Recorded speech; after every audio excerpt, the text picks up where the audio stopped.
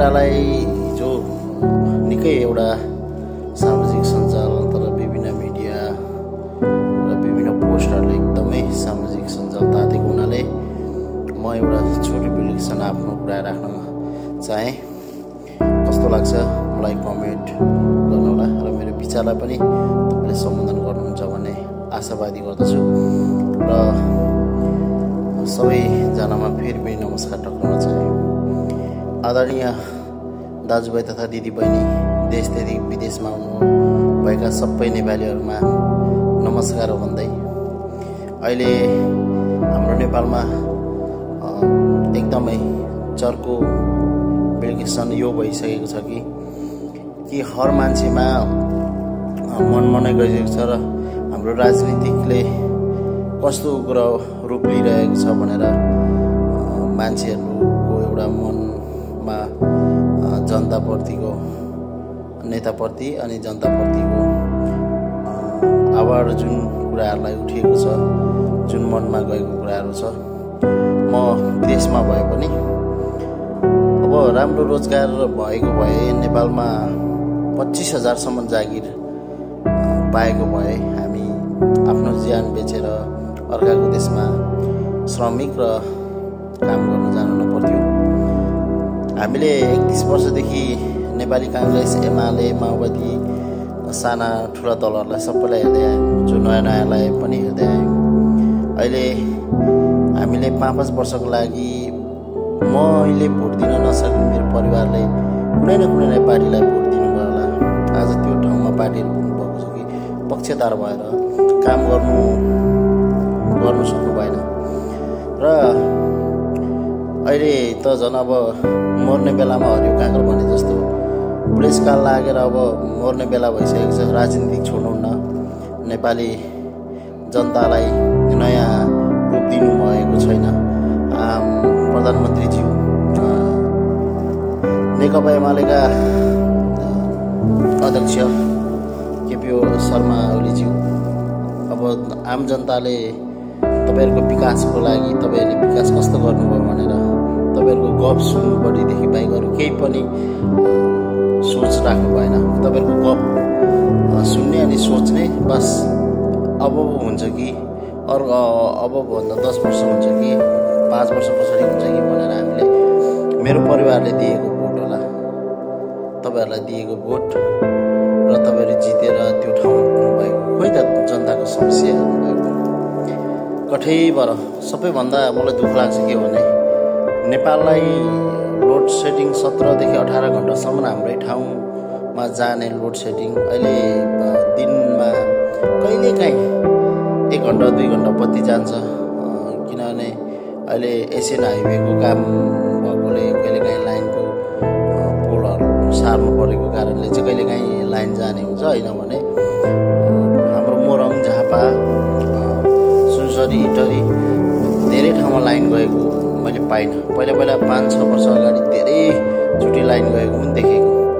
तर 4 महिना बाँकी हुँदाहुँदै कुलमानज्यूले जुन अगाडि पनि काम राम्रो गरेर जनताबाट चुनिनु भयो, दोस्रो पटक पनि जनताको लागि नै उहाँले काम गर्नुभयो।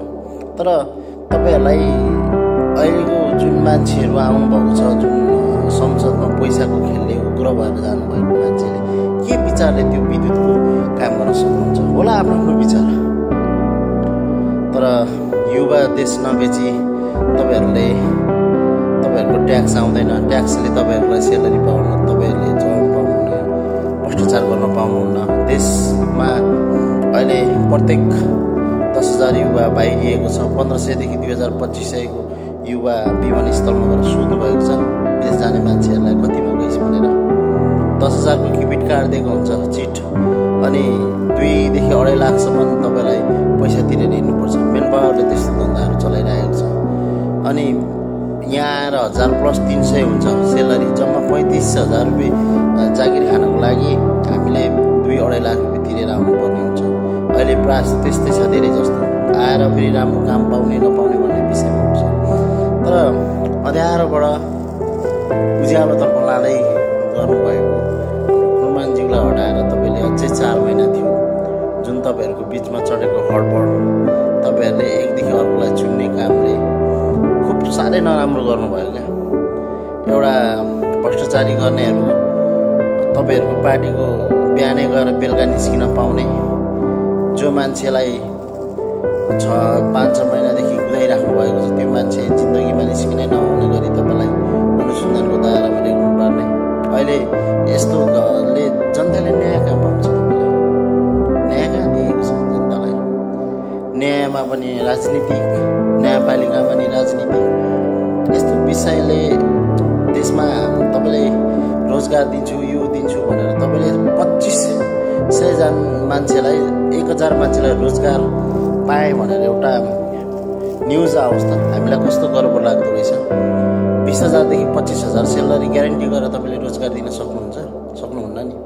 तपाईँहरूको मन्त्री र संसदमा पुग्ने मान्छेहरूको तलब कति छ थाहा छ? लाखौँ लाख रुपियाँ हुन्छ। त्यहीमाथि भ्रष्टाचार, किनबेच, अनि तपाईँहरूले भ्रष्टाचार गरेर हुने मान्छे करोडपति भइरहेको छ। अनि सुन तस्करीदेखि लगेर विभिन्न मान्छेहरू मुछिएका छन्। उनीहरूलाई खोइ त कानुन कहाँ छ? किन उनीहरू पक्रे पनि तपाईँहरूको शब्दमा एकैछिनमा छुटिन्छन्। तर आम जनताले तपाईँहरूको 31 वर्षदेखिको राजनीतिकलाई तपाईँहरूलाई त्यो ठाउँमा पुर्याउनको लागि जनताले आत्मसाथ दिएर, ढुङ्गा हानेर, रड खाएर, खुन फुटाएर, टाउको फुटाएर पुर्याउनु भएको होइन। आन्दोलनमा सँगै तपाईँले हुम्याउनु भएर देशलाई परिवर्तन गर्छु भनेर तपाईँले सबै आम जनताको भोट लिएर तपाईँ त्यहाँ ठाउँमा पुग्नु भएको होइन। तपाईँहरूको पार्टीले त गर्छ कि भन्ने ठुलो आश थियो त, किन झुकिसकेको छ? अब अहिले जनतालाई तपाईँहरूले एक समयमा यसरी उठाइदिनु भयो कि राजा फ्याँक्नु। राजाले गर्दाखेरि अब अन्याय पाउँदैन, जनताको बोली सुन्दैन, राणा शासन चल्यो भनेर राजा फ्याँक्नु भयो। राजाको विषयलाई बोल्नु, अहिले आम जनताको मनमा राजा नै ठिक थियो, राणा शासन भने राजा नै ठिक छ भन्ने चाहिँ पारिदिनु भएछ। तपाईँहरूको लागि एउटा फिल्मको टेलर जस्तो एउटा अब आम जनताको मनमा राजालाई एउटा सन्देश पठाएकोहरूमा यति धेरै मान्छेहरू थुप्रिनु भयो कि तपाईँहरूले त्यति मान्छे जम्मा गर्नको लागि त कति करोडौँ रुपियाँ खर्च गर्नुपर्छ। तर जनताको लागि हेर्नु त राजाको लागि जनता कति आउनु हुँदो रहेछ। सम्माननीय प्रधानमन्त्रीज्यू, राम्रो काम गर्नेलाई राम्रो काम गर्न दिनुहोस् न, राजनीतिक नखेलाइदिनुहोस्। हामी जस्तै युवाले फेरि पनि फर्केर परिवारसँग बसेर आफ्नै देशमा केही सानो जागिर भए पनि परिवारसँग बस्न पाएँ भनेर मन ठुलो बनाउनु पाऊँ, फेरि पनि रोजगार पाऊँ।